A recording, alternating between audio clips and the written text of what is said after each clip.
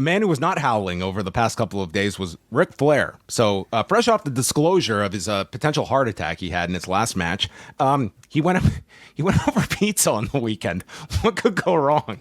Okay, he went to a family event. There was a graduation at the University of Florida, and then they decided, you want to go for Chinese? Should we go for pizza? Let's go for pizza. So they went to Paisano's Stone-Fired Pizza, and what happened is, I'm still trying to piece it together, Way. I'll try and do my best here. So there was a kitchen staff member that I guess was using the bathroom, and Rick was not happy with the amount of time this person was taking in the bathroom. Flair goes in and I guess sees the person through the stall texting away, and he is accused by one of the female staff of being a peeping Tom and a creep. And he was offended by this.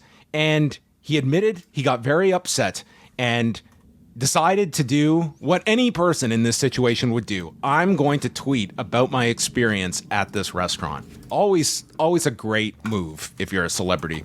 He says, he tweeted, I spent $1,500 at Paisano's Stone-Fired Pizza, which he added, to be disrespected more than I ever have in my entire life. More than he's been disrespected in his entire life. And he was booked consistently in 2000 in WCW. After taking 20 pictures with customers and staff, I was asked to leave because of an issue I had with the kitchen manager taking too long in the bathroom. I would highly recommend that anyone who wants to enjoy a relaxing time in Gainesville at a nice restaurant to never visit this place. Woo. Number one, I have many questions here. Number one, we have to get to the bottom of this capitalizing every word in his tweets. Mm-hmm. Do you physically have to do this? Like, it can't be manual, right? It's got to be an automatic, like some function that he has turned on that just does this. Because there's no way. This would be a 30-minute tweet. I can't imagine Ric Flair like hitting the shift for every single word in his tweets. I also don't know what setting would create this function in a phone. To my knowledge, at least on iPhones, there's no like sentence case every word checkbox that you can enter. Beyond that, this is how does he not have at Ric Flair? That's my other question. Well, maybe he preferred Ric Flair at Nature Boy without the... Anyway, this has also been years, and it's not like he doesn't have people around him that understand technology. You know, we know Conrad is very good with technology. How is this like still on? At this point, it's almost just a gimmick, you know? It's kind of his thing. So he tweeted this, and then Paisano's I can't believe this is what we're recapping. The Paisano's Pizza co-owner went to the newspaper. Jerry Roberts spoke to the Gainesville Sun. We've reviewed video of the incident that took place recently at our restaurant. It's clear our team worked in a professional manner to ensure the safety of guests and staff. We've thanked our team for their professionalism. We're proud of how they responded to this situation, using and displaying our team values. So then the video released, okay? And this wasn't even on Dynamite. And we got the 2.5 minute, again, some of this security footage Way, like the blocking is just pristine. It's just in the perfect I don't know place. if it's security footage. I think this was somebody taking their cell phone out. Yeah. I guess this was someone at the bar or something, but like a perfect shot and subtitled for everyone's help. And like Flair's just cutting very inaccurately through AI. But what I did pick up was him calling him, what's your name? Nicholas Dickhead. And then he offered the woman $1,000 tip for you to tell him to kiss my ass. Rick was in full promo mode here, and then one of the gentlemen here to his right offered to go fight him outside. I mean, this was Ric Flair's last match. Folks, this was a celebratory meal after a graduation. Yeah. I'm sorry. I don't mean to make fun, but this is ridiculous, okay? This is just a ridiculous story. And it ends with Ric Flair being called up on the MJ Morning Show in Tampa today. And at least the man seems a bit more level-headed. He said, "It just escalated. I was wrong for getting mad, but I kind of felt like I was defending my position. I was wrong for losing my temper when I feel like I'm put in that area where I'm uncomfortable, and all of a sudden, everything just fell apart. I got upset." And then he said, "I was wrong for getting upset. I probably should have just walked out the door, but it caught me so off guard because we were having a wonderful time. And then someone in the kitchen said that I did something wrong in the bathroom, and there's no one there except me and him."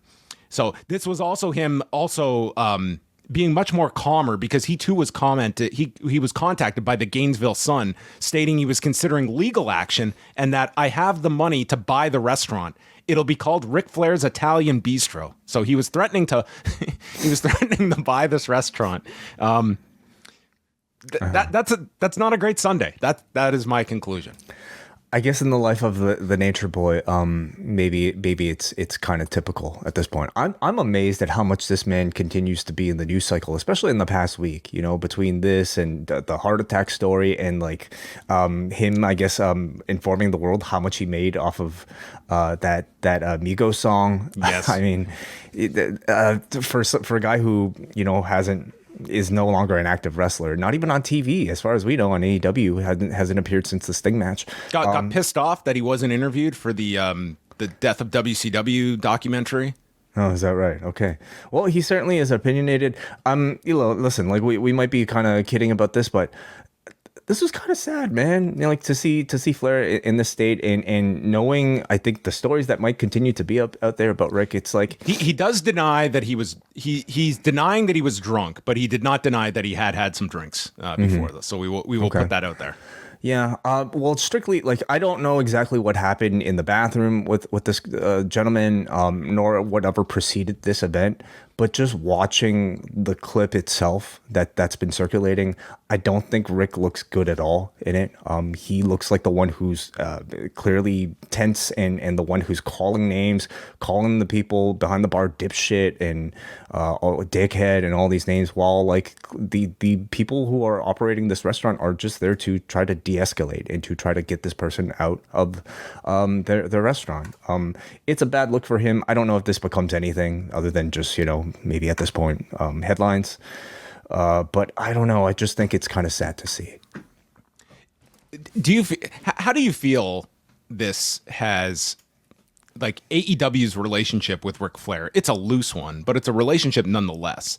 And you could certainly look that we don't know what the value of this deal is. We know that it's pretty much paying for Rick's what appearances they were, and it does not feel like he's going to be any kind of presence on camera moving forward unless they had some cameo reason for it. But I don't think the association has done them wonders either. I don't think so either. For either side, to be quite honest. Even for the Sting component of the deal, it made perfect sense, I'm sure, at the time. Hey, we have a chance to get Ric Flair essentially for free to help us tell a story with Sting's retirement. Made all the sense in the world. We're going to Charlotte for the last match. Whether due to audience backlash or whatever reason, they didn't even capitalize on that, and it really didn't make any difference, in my opinion, to the story of Sting's retirement. You could argue they didn't capitalize even on Sting's retirement enough, in the build up to the actual match.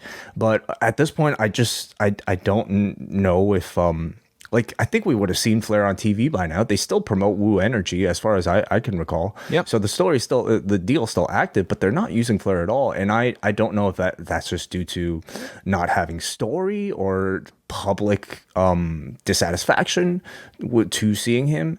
But I can't really say, like, AEW needs a Ric Flair right now.